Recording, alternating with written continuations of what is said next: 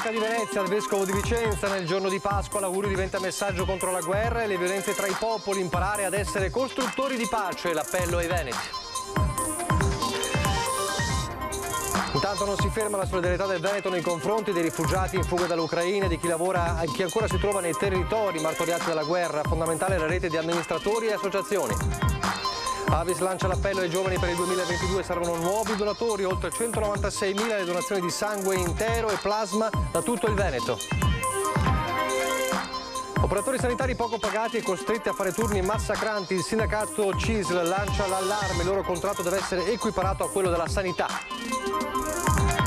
Domani la prima Pasquetta post pandemia e senza restrizioni, dalle classiche gite fuori porta, itinerari turistici e artistici, ma c'è comunque chi sceglie di restare a casa.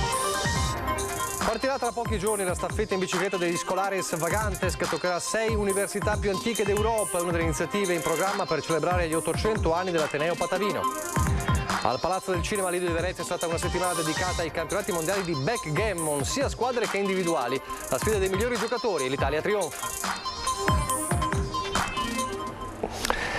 Telespettatori di Antenna 3, buonasera e ben ritrovati e una buona Pasqua a tutti voi. Apriamo dunque il telegiornale del Veneto con la voce della Chiesa in Veneto, nella nostra regione, nella giornata di Pasqua. È un messaggio, quello di questa giornata, evidentemente legato a quanto accade nel conflitto tra Russia e Ucraina. E dunque apriamo con gli auguri di Pasqua del Patriarca di Venezia, Monsignor Francesco Moraglia, che annuncia anche importanti iniziative nella Basilica di San Marco per raccogliere fondi a sostegno delle famiglie ucraine. Monsignor Francesco Moraglia, qual è il suo primo pensiero in questa Pasqua veneziana? Beh, il primo pensiero non può che essere purtroppo quello della guerra, perché si stanno delineando scenari che in qualche modo saranno devastanti qualunque sia l'esito della guerra.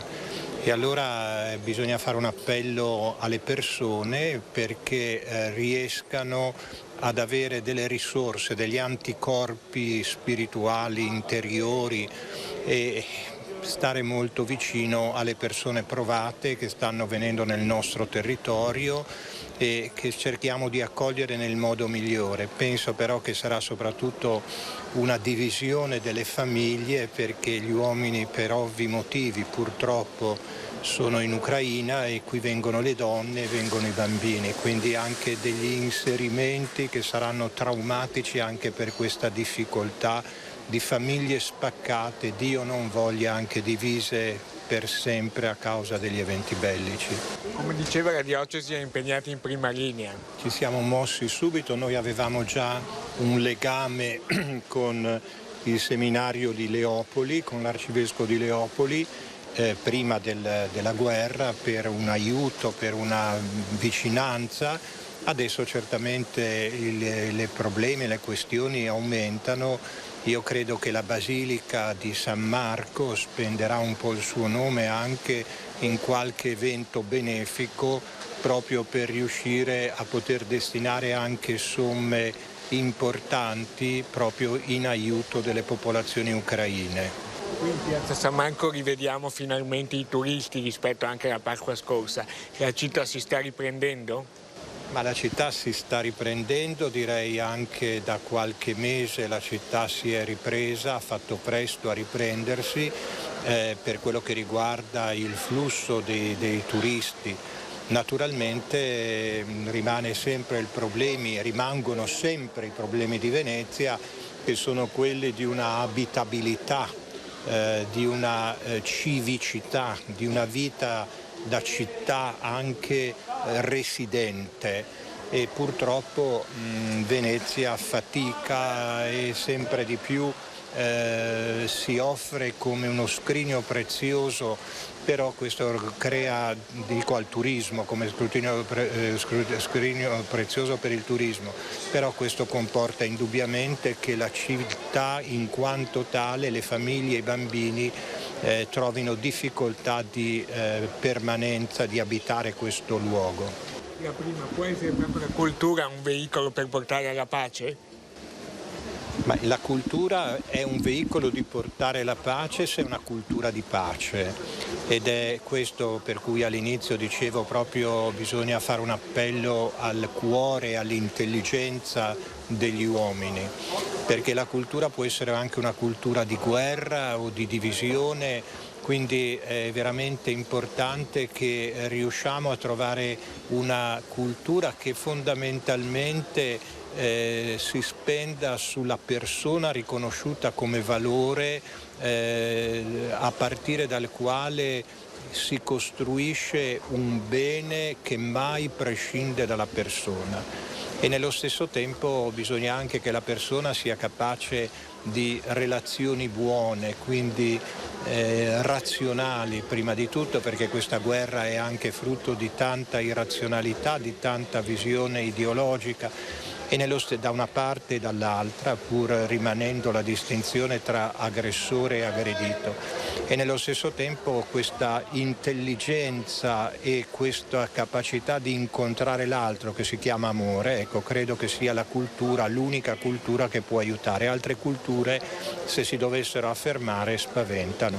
Lo scorso anno aveva dedicato la messa di Pasqua un po' ai medici, agli operatori sanitari. A quest'anno a chi pensa in particolare?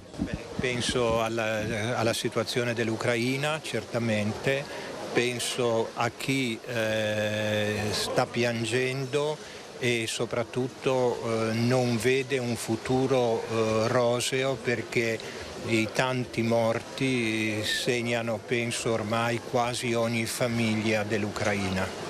Un augurio di Pasqua ai nostri telespettatori, poi buona Pasqua Patriarca. L'augurio di Pasqua è che sappiano gli uomini rientrare in se stessi, sappiano i credenti guardare con decisione e semplicità alla figura di Gesù.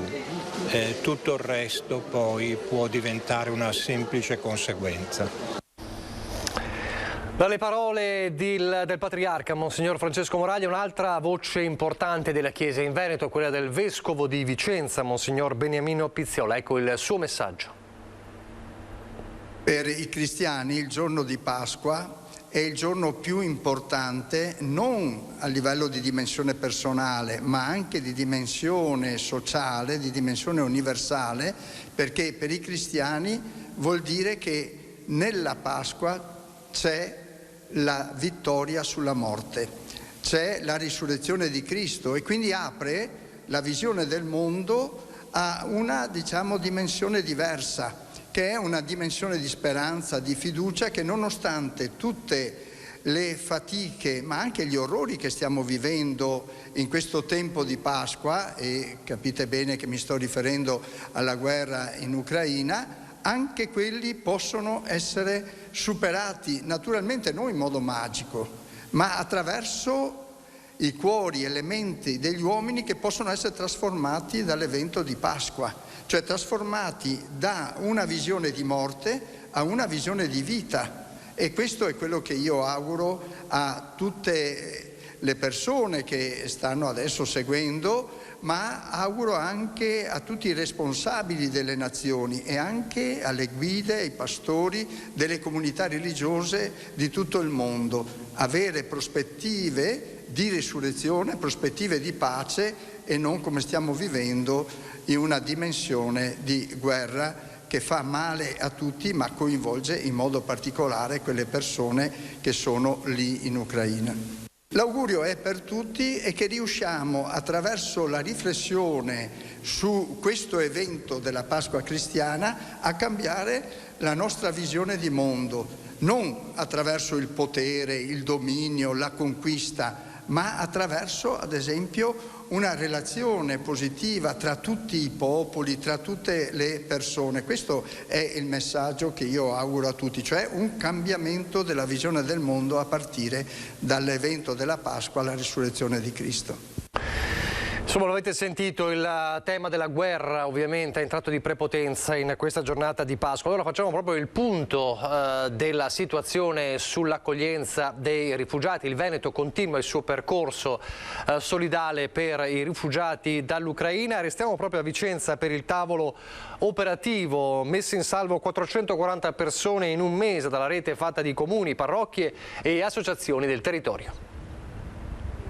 Senza sosta dal 9 marzo sono 40 associazioni del territorio con centinaia di volontari impegnati sul fronte dell'emergenza ucraina, dalla raccolta di farmaci da portare al confine, al supporto burocratico, ai viaggi per far ricongiungere le famiglie. Sono 9 pullman di 55 persone, 7 viaggi, quindi 444 persone accolte, di queste 233 sono minori e 100 famiglie coinvolte perché quasi tutti vengono ospitati in famiglie della nostra provincia. Bilancio di un mese di aiuti e problematiche da affrontare ad ampio raggio che coinvolgono i vari enti. La problematica importante oggi è capire quanti sono i minori stranieri non accompagnati presenti nella nostra comunità. Possono sicuramente essere accolti dalla nonna, dalla zia, dal familiare o dall'amico di famiglia sicuramente fidato, però rispetto alla nostra normativa è indispensabile che questi minori siano segnalati all'autorità giudiziaria competente. Macchina delle associazioni attiva anche per permettere ai ragazzi di continuare il loro percorso scolastico. Per fortuna c'è questa possibilità. Noi da anni collaboriamo con la scuola internazionale ucraina che dà possibilità di studiare ai bambini e fare gli esami a distanza.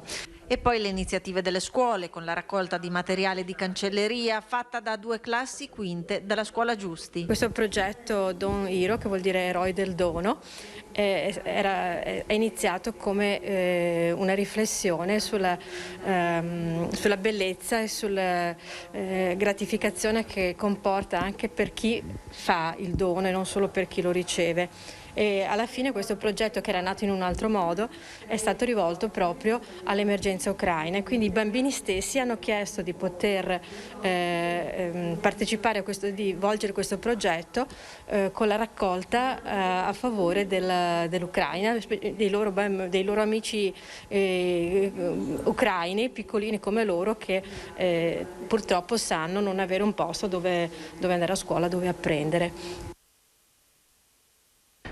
Un altro appello invece riguarda la donazione di sangue. I numeri di Avis sono sempre più importanti e in crescita, ma la Presidente Wanda Pradal lancia un appello a una categoria particolare, i giovani. Io dico sempre, ricordatevi che la malattia non prende soltanto le persone anziane, prende tutti, anche quelle malattie croniche che magari qualcuno nasce con malattie per cui hanno bisogno comunque di una costante donazione periodica, se non proprio ogni giorno, ma ogni settimana. Assolutamente dobbiamo far capire che il nostro dono è importante per chi ne ha bisogno. Donatori si diventa. La donazione di sangue è una scelta consapevole che già a partire dai 18 anni si può fare. Basta essere in buona salute e pesare almeno 50 kg, recarsi presso i centri trasfusionali del proprio territorio ed effettuare l'anamnesi e un primo prelievo di sangue. Sono sempre di più i donatori nella Marca, anche grazie alla forte spinta dovuta alla nuova campagna All of Me, dove chi dona e chi riceve in prima persona racconta la sua scelta e la sua esperienza. Noi chiudiamo il 2021 con oltre 196.000 donazioni, vale a dire di sangue intero, come di plasma, di piastrine, eccetera. Chiaro è che dobbiamo continuare su questa linea, c'è bisogno di sangue, ma c'è bisogno tanta anche di plasma, e questo è fondamentale. La donazione di plasma è quella che poi ci permette di avere quei farmaci salvavita che servono appunto ai nostri malati, anche alle malattie croniche. Questo è il messaggio che vorrei dare oggi, di continuare a donare. Nonostante la pandemia, Avis ha continuato nel suo lavoro incessante per la ricerca e la raccolta di sangue e plasma. Nel corso del 2020, l'anno più duramente segnato dalla pandemia di Covid, ben 1522 ragazzi e ragazze della provincia di Treviso si sono avvicinati alla solidarietà. Si arriva a quota 2362 nuovi donatori, considerando anche le altre fasce d'età fino ai 65 anni, un grande segnale di speranza. Il 2022 considerata la pandemia che non ci lascia ancora tranquilli, sta penalizzando anche molti medici, molti infermieri, già carenza prima che c'era di medici, adesso con la pandemia che si sta ancora acuendo maggiormente. Pertanto io sollecito i nostri donatori e chi ancora non lo è di diventarlo. È importante pensare anche all'altro, a chi sta soffrendo, a chi ha bisogno del nostro dono per poter continuare a vivere e dare una vita tranquilla per il futuro e per i familiari. C'è un altro problema che riguarda la sanità, non solo nella Marca Trevigiana ma anche e soprattutto nella Marca Trevigiana, la carenza, lo sappiamo, dei medici di base, ma non solo dei medici di base, anche gli operatori sociosanitari sono introvabili. La denuncia del sindacato Funzione Pubblica della CISL. Il passaggio dalle case di riposo all'ULS è dovuto principalmente a livello economico, cioè il contratto sanità è sicuramente più appetibile dei contratti che ci sono nelle case di riposo. Questo è il primo motivo. Secondo motivo, sull'appetibilità della professione è data dal fatto anche che bisogna, oltre che a pagarla, rendere anche vivibile questa professione. Pagati ancora troppo poco e con turni massacranti. La sanità della Marca cerca operatori sociosanitari, una forza lavoro la cui importanza è stata messa ancora di più in luce negli ultimi anni di pandemia. Persone che si occupano principalmente della cura. A centinaia sono occupati nelle case di riposo che si sono trasformate per diverso tempo in reparti di malattie infettive. Il loro contratto però non è mai stato equiparato a quello della sanità. Non è possibile che ad alcuni in ospedale venga applicato il contratto della sanità e nelle case di riposo venga applicato un altro contratto che economicamente è ovvio che il contratto sanità è più vantaggioso. Noi lo diciamo da tanto tempo questo, per noi dovrebbe essere applicato il contratto della sanità in tutti questi enti, anzi addirittura dico di più, cioè per noi dovrebbe essere la stessa ULS ad assumere, no, le persone anche per le case di riposo. Secondo CGIL, CISL e UIL mancano 150 infermieri in ULS 2, oltre 30 invece le caselle attualmente vuote fra gli operatori sociosanitari. Nelle case di riposo la necessità annua di assunzione risulta di 180 unità. Il sindacato chiede dunque più programmazione. Di recente intanto la Regione ha approvato la delibera sul percorso di formazione complementare in assistenza sanitaria dell'operatore sociosanitario e sul corso di formazione per infermieri referenti per l'inserimento di operatori sociosanitari nelle strutture residenziali e semiresidenziali per anziani. I sindacati chiedono che chi lavora nell'assistenza sia collocato però all'interno di una figura che ancora oggi non è prevista. Dobbiamo riconoscere queste cose in più, queste mansioni in più, queste prestazioni in più che vengono richieste sia all'operatore sociosanitario ma anche la responsabilità all'eventuale infermiere che poi comunque rimane il responsabile dell'assistenza sanitaria. Noi abbiamo avuto una manifestazione anche il 25, no? Dicendo che veramente è ora che venga dato valore a questa professione. Ma non è solo un fatto economico, è proprio un fatto di valorizzare questi professionisti, tutti, dagli operatori sociosanitari ma anche agli infermieri. Dobbiamo far sì che scelgano questa professione. Adesso guardiamo un po' alla giornata di domani, la giornata di Pasquetta, tradizionalmente dedicata alla gita fuori porta, ma in questo prossimo servizio vi proponiamo un curioso itinerario nei giardini storici delle ville sparse appunto nel territorio della provincia di Padova. Un territorio ricco di tesori poco conosciuti, il padovano, non solo pievi, castelli e ville, ma anche storici giardini come quelli che ci racconta Rossana Comida, guida turistica della città. Giardini non conosciutissimi come per esempio il giardino Cittadella Vigo d'Arzere a Saonara, che è straordinario, oppure Val San Zibio, il giardino di Val San Zibio, oppure anche Villa Scalabrin per esempio con la sua straordinaria fioritura di tulipani, i giardini in Padova come il Treves e itinerari che potessero legare le ville e i giardini. Ma anche il Parco Frassanelle con le sue grotte e vialetti, o il Giardino delle Delizie, parco all'inglese con boschetti e vialetti tortuosi del Castello del Cataio, giardini con una collocazione storica precisa. A parte appunto i giardini e le ville palladiane con i loro giardini rinascimentali, c'è anche una serie di giardini ottocenteschi come appunto quello di Saonara oppure quello di Villa Scalabrini, anche quello è estremamente interessante come visita del giardino. Parchi e giardini storici si possono ammirare anche nella città di Padova, dove esiste una vera e propria chicca che in primavera merita una visita. Il roseto di Santa Giustina, per esempio, che dietro la basilica è forse non tutti i padovani lo conoscono, una meravigliosa fioritura di rose a maggio, e andrebbe visitato magari assieme anche alla basilica. Tanti gli itinerari anche in provincia di Vicenza. Una meta molto amata dai vicentini è il lago di Fimon. Il lago di Fimon è da sempre la meta preferita dei vicentini per il giorno di Pasquetta. Noi siamo pronti ad ospitarli, anzi invitiamo tutti a essere presenti e rispettosi. Ci saranno i parcheggi aperti, ci sarà anche il controllo della polizia locale e il controllo degli agenti volontari che fanno vigilanza ambientale. Arcugnano si prepara ad accogliere l'ondata di vicentini che tradizionalmente fanno del lago di Fimon una delle mete preferite per la scampagnata di Pasquetta. La gita fuori porta per eccellenza, raggiungibile facilmente anche in bicicletta, che conserva il suo fascino selvatico. I dati di affluenza dei turisti sono in costante aumento. Quest'anno, dopo le restrizioni dovute alla pandemia, ci si aspetta un vero e proprio assalto, previsti in arrivo oltre 1 migliaio di persone. Per un comune che ha fatto del rispetto della sostenibilità un fiore all'occhiello della propria amministrazione, si potrebbe arrivare a pensare anche al numero chiuso in determinate occasioni?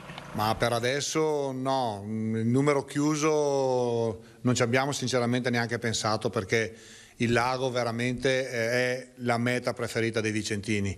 Che vengano in massa, che vengano tranquillamente a passare una giornata di relax sulle sponde del lago, ripeto, essendo molto rispettosi dell'ambiente. Dopo la riattivazione del bar, numerosi gli interventi di manutenzione in via di completamento, tra cui spicca il rifacimento della staccionata in legno. Stiamo lavorando anche lì in collaborazione con la provincia e con la cooperativa sociale che è affidataria dei lavori, per sistemare la staccionata, il pontile di bay watching sul lago, per cui siamo pronti proprio a accogliere tutti quelli che vogliono arrivare. Punto impegnativo la gestione dei rifiuti. Nonostante qualche polemica, si conferma la zona rifiuti free, la rimozione cioè di tutti i cassonetti sul modello Alto Autesino, una misura che aveva fatto discutere lo scorso anno nella sua introduzione. Si conferma il nostro progetto Arcugnano Lago di Fimon rifiuto free, un progetto che ci ha dato grandi soddisfazioni e che vedo accolto anche con favore della cittadinanza. Invito tutti a portarsi a casa i rifiuti per mantenere il lago di Fimon bello così com'è. Tante insomma le offerte per Pasquetta, ma ora sentiamoli direttamente i veneti, o meglio in questo caso i trevigiani, cosa hanno intenzione di fare a Pasquetta. Ci sono tanti dubbi, c'è anche chi resterà a casa. Pasquetta, dove la trascorrerà? A casa. Ma quest'anno o è di abitudine? Di abitudine. Non guardo tanto le feste. A casa, sì. L'anno scorso sono stato qua, 2 anni che sono qua, quindi continuiamo così. A casa purtroppo. Sono a casa con mio figlio e con mio marito, le festeggiamo a casa. Ma gli altri anni era d'abitudine andare via o comunque Sì, si faceva un giretto magari, sì, dopo mangiato si faceva un giretto, e negli anni precedenti il picnic, ma ormai non ce lo ricordiamo più. Non ho ancora programmi per il giorno di Pasquetta. Dipenderà anche un po' dal tempo. Dal tempo, esatto, dalla disponibilità dei miei amici. Io la trascorrerò a Bibbione. Sono un turista che vive all'estero da 25 anni, sono un italiano che non vive qui, e la trascorrerò a Bibbione dove ho un piccolo appartamento, e sono venuto qui perché il clima lo permette, perché la regione è bellissima. Quindi farà anche le terme, a Bibbione ci sono le terme? Vedremo, è possibile, è possibile. Non sappiamo ancora. Dipenderà un po' dal tempo. Esatto, brava, se piove o non piove. Ma se quest'anno il tempo è bello, pensate di farlo? Grigliata al Piave anche quest'anno. Ma penso a casa, visto che siamo ancora in pandemia, visto che comunque c'è sempre tanta confusione, preferisco non stressarmi la vita, insomma. A casa. Di solito era fuori nei colli iberici, ma quest'anno non facciamo niente. Pasquetta, dove la trascorrerà? No, questa è una domanda che non mi può fare. Io non lo so, signora. No, non ne ho proprio idea. Non vado via perché sono povera e quindi bisogna rimanere qua, ma poi i giovani non sanno mai che cosa fare, quindi decideremo all'ultimo, non si sa. Magari andiamo a Venezia, cioè per dire qua in zona, ma non tanto distante, ecco. Speriamo che abbia trovato la soluzione. Non è una gita fuori porta, ma una vera e propria staffetta, invece quella di cui parliamo nel prossimo servizio, la staffetta in bicicletta degli Scholares Vagantes, che toccherà le 6 più antiche università d'Europa. 4 stati europei attraversati in bicicletta: Inghilterra, Francia, Spagna e Italia. 6 università da raggiungere: Oxford, Cambridge, Sorbona, Salamanca, Bologna, Padova. 60 giorni di viaggio dal 21 aprile al 18 giugno. 4.475 chilometri totali da percorrere, 9 team di ciclisti composti ciascuno da 3 corridori, un docente, un componente del personale tecnico amministrativo e uno studente, e 9 staff tecnici di supporto, per un totale di 40 persone coinvolte. Tutto è pronto per la Scholares Vagantes, la staffetta che unisce antichi e moderni viandanti in un percorso che attraversa i luoghi del sapere europeo e tocca le 6 università più antiche del mondo. Il progetto degli Scholares Vagantes è una delle iniziative in occasione degli 800 anni dell'Università di Padova. Come i clerici Vagantes, studenti girovaghi del basso medioevo che si spostavano in tutta Europa per seguire le lezioni, gli studenti padovani intraprenderanno questo viaggio in bicicletta per portare anche un messaggio sportivo di salute e mobilità sostenibili, attraversando le frontiere degli stati del vecchio continente uniti dalla ricerca di una cultura comune. La staffetta partirà il 21 aprile dall'Università di Oxford verso Cambridge, poi sarà la volta della Sorbona di Parigi, si passerà per Salamanca per giungere a Bologna, la più antica, e finalmente a Padova il 18 giugno.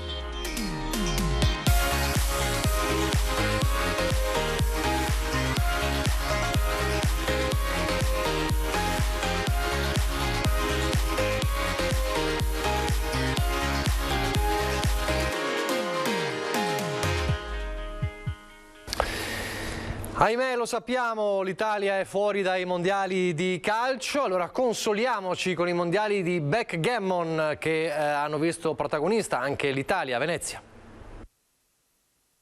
Al Palazzo del Cinema del Lido di Venezia è l'Italia a laurearsi campione del mondo nella finalissima contro il Giappone dei campionati mondiali di backgammon 2022.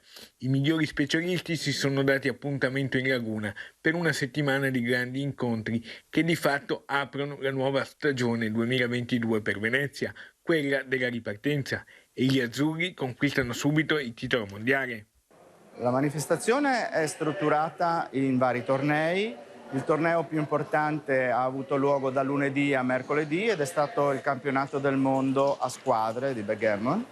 Le squadre partecipanti sono state 18 e l'Italia ha vinto la finale contro la squadra del Giappone, che è la più forte del mondo, considerata da tutti, diciamo, la squadra di fuori classe, e quindi l'Italia è campione del mondo di backgammon del 2022. Circa 250 i giocatori cui Vera, la società del comune, ha tributato una grande accoglienza. L'idea è quella di allargare ancora di più questa manifestazione. Si pensa per esempio a un festival dei giochi l'anno prossimo.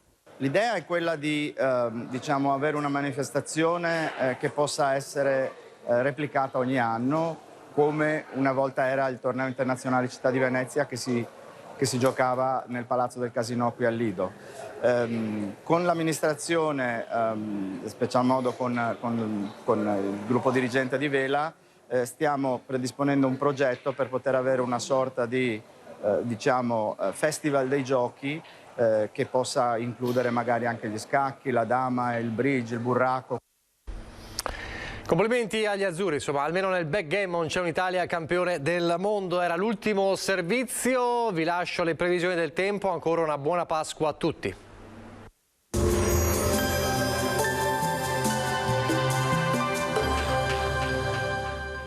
Cozza Arredamenti 2C congela i prezzi per tutto il mese di aprile. Soluzioni su misura e super sconti sulla merce in esposizione. Benvenuti al meteo.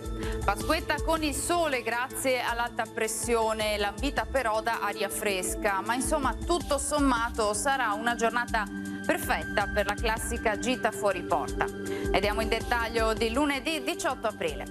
Sul Veneto prevale il sole, la nostra grafica infatti ben lo evidenzia. Saranno possibili soltanto un po' di nubi al pomeriggio, ma in genere senza precipitazioni. Temperature in ulteriore lieve calo, minime tra 3 e 9 gradi, massime comprese invece tra i 13 e i 17 gradi all'incirca. Spostiamoci ora sul Friuli Venezia Giulia. Al mattino cielo in genere sereno o poco nuvoloso. Nel pomeriggio non si esclude qualche rovescio sui rilievi. Temperature minime tra 5 e 8 gradi, massime sui 15-16 gradi. Infine diamo uno sguardo alla situazione del Trentino Alto Adige. Il tempo sarà ancora soleggiato anche in questo caso, con qualche nube innocua. Temperature minime intorno ai 6 gradi, massime sui 20 gradi all'incirca. Dal meteo per ora è tutto, buon proseguimento in compagnia di Antenna 3.